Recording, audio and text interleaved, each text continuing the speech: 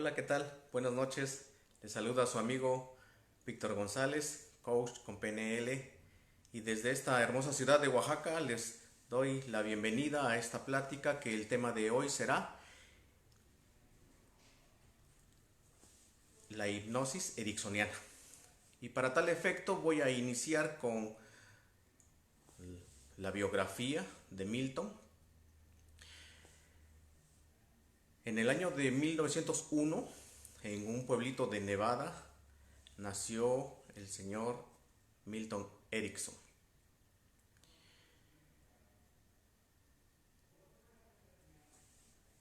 Tuvo desde pequeño, tuvo dificultades para hablar, inició a hablar hasta los 4 años. Vivió en una granja con las labores naturales del campo, con animales, y de lo cual a lo largo de su existencia pues él tuvo diferentes experiencias que contaba posteriormente en sus anécdotas.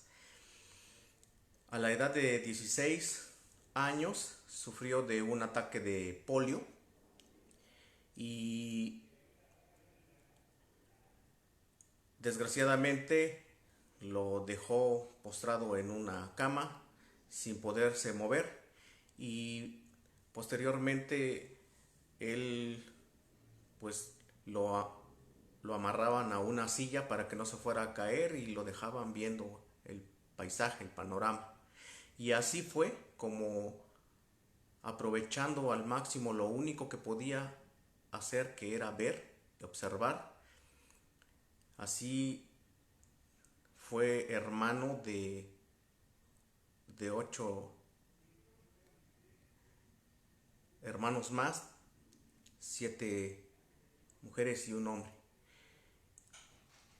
En cierta ocasión su hermanita pequeña estaba aprendiendo a caminar y producto de su observación él comenzaba a detallar todos esos los músculos que su hermanita movía para empezar a caminar. Y así fue como un día en su imaginación, eh, que él pensaba que caminaba, pensaba que corría, y hasta que un día se dio cuenta que la silla en la que estaba atado se movía, y pensó que alguien lo estaba moviendo, y hasta que llegó a la conclusión de que eh, por la imaginación que había tenido, él mismo estaba moviendo la silla. Y poco a poco fue desarrollando nuevamente esa habilidad y aprendió nuevamente a caminar. Con el tiempo entró a la universidad, pero uno de sus maestros le dijo que tenía o que era importante que ejercitara su cuerpo para que tuviera mayor movilidad, y fue así como le dijo a un amigo que lo acompañara, que iba a hacer un viaje en canoa. Este joven comentó con sus papás y le dijeron: no es posible que vayas con una persona que apenas puede moverse, y entonces le dijo que no podía ir con él.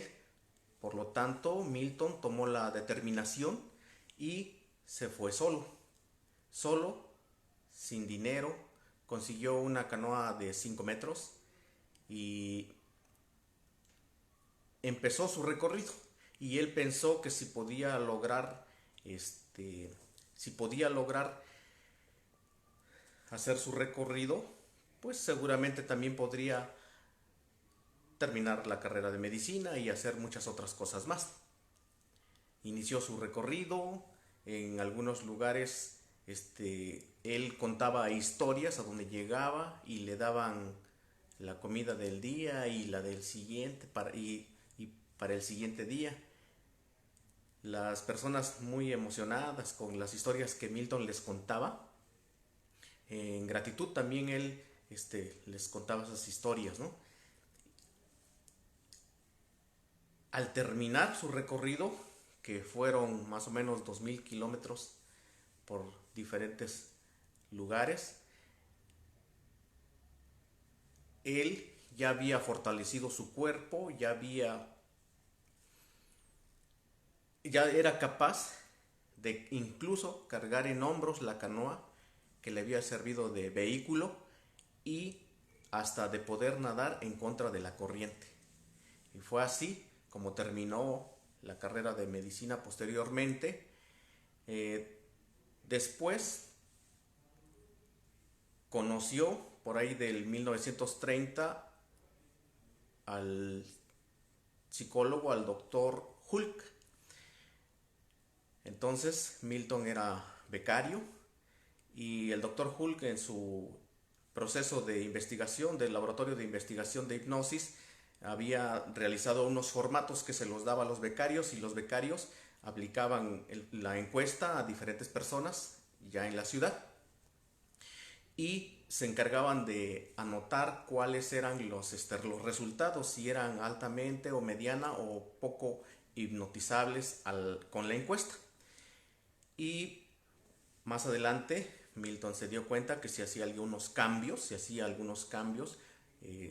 todas las personas eran si eran objeto de poder ser hipnotizados. Posteriormente, bueno, pues tuvo un desacuerdo con Hulk, porque Hulk agregaba que no estaba haciendo lo que él había indicado, y sin embargo Milton tomó por vía personal la investigación y aplicó su propio criterio y desarrolló las técnicas que hasta el día de hoy son muy aplicables en diferentes formas. Milton tenía o padecía de una situación de la vista, no podía observar los colores, era daltónico. Milton tenía muchas alergias, tanto que después de haber nacido en un pueblito de Nevada, pues le pidieron que se fuera a vivir a un clima más seco, a Arizona, y para poder sobresalir de esa situación que tenía de las alergias.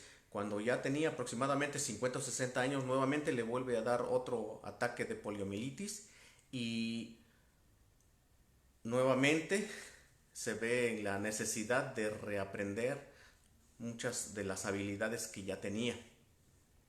Fue así como en este lugar daba consultas en Arizona, y en el año de 1980 fallece a los 79 años. Gracias. Nuevamente les saludo a los que están conectados, a mi compañera de máster, Flor Jiménez, Mari Fuentes, buenas noches, gracias por este tiempo que dedican para escuchar mi plática. Y sin más detalles, pues también agradezco al instituto por la oportunidad que me da de poner en práctica lo que hemos aprendido. Ahora vamos a entrar a qué es la hipnosis ericksoniana. Según Erickson, es la interacción de dos personas de igual a igual que se comunican desde la profundidad del ser. A diferencia de la hipnosis clásica, en la que definitivamente había una diferencia de jerarquías, el que daba las órdenes y el que las recibía, en una actitud sumisa, en una actitud controlada. El hipnólogo era el que daba las órdenes y te incitaba además a dormir. Por el contrario, Milton Erickson establece que la hipnosis es una interacción de igual a igual, además con una conexión especial. Y esta conexión pues se da en un estado de trance. Para Erickson, el estado de trance es un estado natural. Es un estado natural, tal como ya lo había dicho en la plática anterior, que es como cuando ves una película que te quedas extasiado y pierdes noción del tiempo, al igual que cuando lees un libro que te gusta mucho o simplemente cuando estás con una persona que es muy agradable y piensas que platicaste 5 minutos y en realidad pasaron 2 horas, ¿no? Entonces por eso es que se reconoce como el trance ericksoniano como un estado, un trance natural. Asimismo, también el trance induce a la relajación y el trance es tuyo. El trance es tuyo de tal modo que al ser natural, tú te encuentras en trance periódicamente una, dos o más veces durante un día. Y al ser el trance tuyo, entonces no son tus palabras, son tus memorias las que pueden resonar. Por ejemplo, si alguien dice la palabra familia, que es un término inocuo, inocente, para algunos pueda representar familia algo muy agradable, pueda recordarle las fiestas de Navidad, de Año Nuevo, alegría, unión, calidez.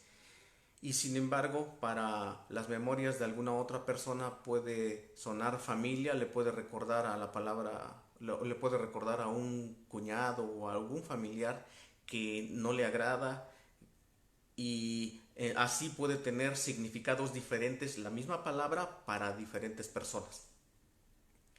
Entonces, esto quiere decir que el ser humano ya habita en un trance cotidiano. En ese trance nos contamos ideas o historias que acaba de viviendo y que tendemos a perpetuar, que tendemos a repetirnos una historia aun cuando ya no sea, aun cuando ya sea obsoleta. Y es que muchas de las soluciones que nos fueron útiles en un tiempo, en la actualidad pueden ya no ser útiles. Así pues, Milton Erickson dice que tú eres tu historia personal, eres lo que te cuentas de ti y además eres mucho más que eso, aun cuando no lo sepas. Es muy importante en el lenguaje ericksoniano mostrar 3 características que son muy importantes. Asimismo, sabemos que la hipnosis ericksoniana es comunicación total, de tal modo que el lenguaje ericksoniano, una de sus características es la permisividad. Y así es como existen las pausas permisivas, que puedes iniciar con una pregunta o con una pauta permisiva que es tal vez, no lo sé, quizás, es posible o siento curiosidad. Y de esta forma el lenguaje se hace sugestivo, es una sugerencia que finalmente el consultante toma su mejor opción. Al contrario de la hipnosis clásica que da una orden directa, con el lenguaje permisivo, con las pautas permisivas, solamente son sugerencias. Asimismo también se habla con metáforas y estas metáforas permiten hablar de algo sin hablar de alguna situación específica del consultante. Se establece, como ya habíamos comentado en el tema de metáforas, se establecen isomorfismos de tal modo que se representa una situación parecida con elementos diferentes, de tal modo que esto evita que el consultante tenga esa cuestión de rechazo, esa cuestión de no aceptar alguna orden. Al momento de ser permisivo, de ser una sugerencia y además de no hablarle directo del tema que él quiere arreglar, Y al mostrarlo en esa forma metafórica es entonces cuando tiene mejores resultados. Todo esto se logra también con patrones lingüísticos establecidos que han sido objeto de muchas personas que han analizado el trabajo de Milton. Es importante durante la hipnosis desarrollar bien la técnica, la intención o la fijación de los objetivos bien concretos que se pretenden alcanzar. Y sobre estas dos de técnica e intención es muy importante y fundamental establecer la conexión. Sirve de muy poco que yo tenga un lenguaje permisivo, que tenga yo bien claro cuál es la intención de una metáfora, si no logro, o como terapeuta, como coach, si no se logra una conexión con el consultante, puedes no tener los resultados que busques. Y sin embargo, si tú encuentras esa conexión, ese respeto, esa confianza con el consultante, es muy seguramente que los resultados sean alcanzados por el consultante en corto tiempo. Y así es como llegamos a una metáfora, la metáfora del caballo. Dice que cuando era joven, Milton, en su granja llegó un caballo que pues se encontraba extraviado. Para lo cual Milton, después de un tiempo de ver que no llegaba nadie a reclamar al caballo, pidió permiso para llevarlo a su casa. Finalmente, Milton tiene el permiso, toma el caballo y le da la instrucción para que se ponga en marcha. Cuenta la historia que durante el camino 2 o 3 veces el caballo se salió del camino para tomar algunos pastos y comer, y nuevamente regresaba al camino, y así más adelante otra vez salía del camino, encontraba alguna hierba, comía y regresaba al camino hasta que 6 kilómetros adelante llegó a otra granja en la cual se encontraba el dueño del caballo, y le preguntó: joven, ¿cómo supiste dónde vivía mi caballo? A lo cual Milton le contestó: yo no lo sabía, pero el caballo sí. Y esto es, nos da a entender cómo funciona el inconsciente, cómo funciona la mente humana. El inconsciente es el caballo y el jinete somos nosotros, que acompañamos a ese caballo con respeto, con cariño, y establecemos esa conexión.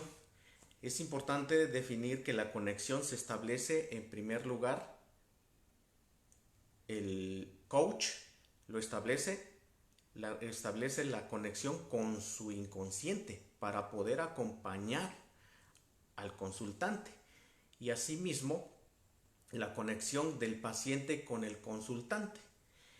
Es muy importante la palabra conexión para poder tener mejores resultados. Otra de las características de la hipnosis ericksoniana es que se debe llevar, o es importante que se lleve, en un ambiente de curiosidad.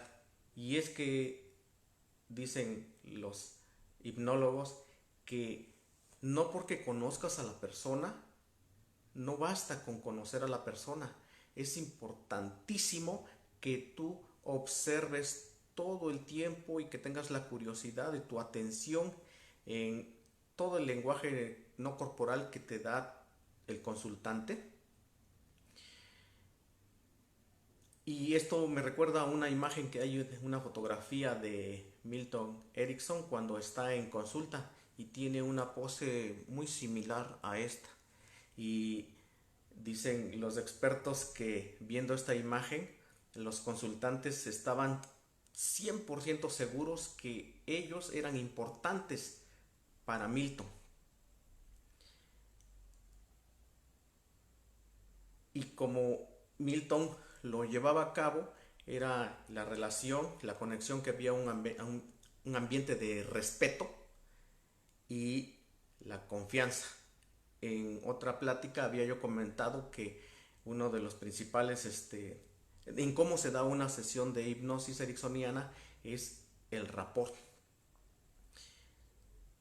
Mediante el rapport es como se genera o se llega a la conexión, y esto es muy importante en una sesión. Por otro lado, Milton aseguraba que su mejor maestro había sido la polio. Y esto me lleva a la conclusión. Hace unos meses, nuestro coach Héctor Gamboa nos hablaba del reencuadre. Y esto me lleva a pensar de esa enorme capacidad de reencuadre que presenta esta frase de cuando decía Milton que su mejor maestro había sido la polio. Y es que quizás alguna otra persona sin esa capacidad de reencuadre pues se hubiese estado quejando y hubiese hecho situaciones muy diferentes a las que hizo Milton. Milton aprovechó la situación tan difícil que se le presentó por la polio para aprovechar al máximo lo único que podía hacer cuando estaba inmóvil, observar.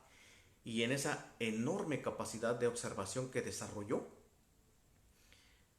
es como pudo reaprender a caminar, es como pudo reaprender a hablar, es como pudo también, a manera de metáfora viva, eh, emprender un viaje para fortalecer su cuerpo, y con la idea que tenía de si puedo realizar este viaje, puedo terminar la carrera de medicina y puedo hacer muchas otras cosas más. Hasta el día de hoy, en la hipnosis moderna, Milton es sin duda alguna el que ha dado la mayor aportación a esta área.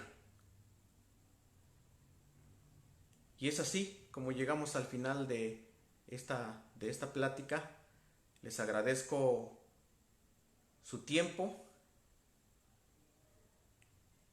Buenas noches. Muchas gracias, Mari Fuentes. Muchas gracias, Perce López, Flor Jiménez. Gracias por su atención. Que Dios les bendiga. Hasta pronto.